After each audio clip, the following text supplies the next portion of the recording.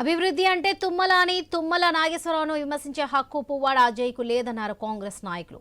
ఖమ్మం అభివృద్ధికి వేల కోట్లతో చేసిన ఘనత తుమ్మల నాగేశ్వరరావుదని ఖమ్మం కాంగ్రెస్ పార్టీ అధ్యక్షుడు దీపక్ చౌదరి తెలిపారు. 40 ఏళ్ల రాజకీయంలో మచ్చలేని మనిషిగా ఉన్నారని తెలిపారు.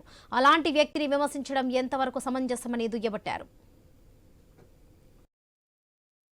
నమ్ముకున్న పార్టీని వదిలేసి మళ్ళా ప్రజారాజ్యం అన్నారు. ప్రజారాజ్యం నుంచి కాంగ్రెస్ పార్టీలోకి వచ్చింది.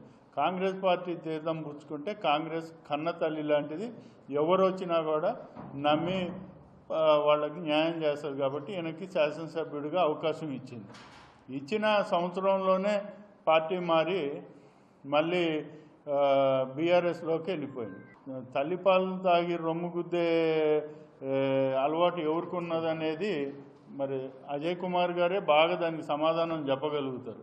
పోనీ ఆయన పోయి మరి ఏం చేసిండు, ఖమ్మాన్ని ఏమో ఉద్ధరించిండు. మరి ఆయన నిజంగా ఉద్ధరించి ఉంటే 10 ఏళ్లలో ఎప్పుడూ లేని మెజార్టీ కాంగ్రెస్ పార్టీకి మొన్న 2023 ఎలక్షన్లో కట్టబెట్టింది.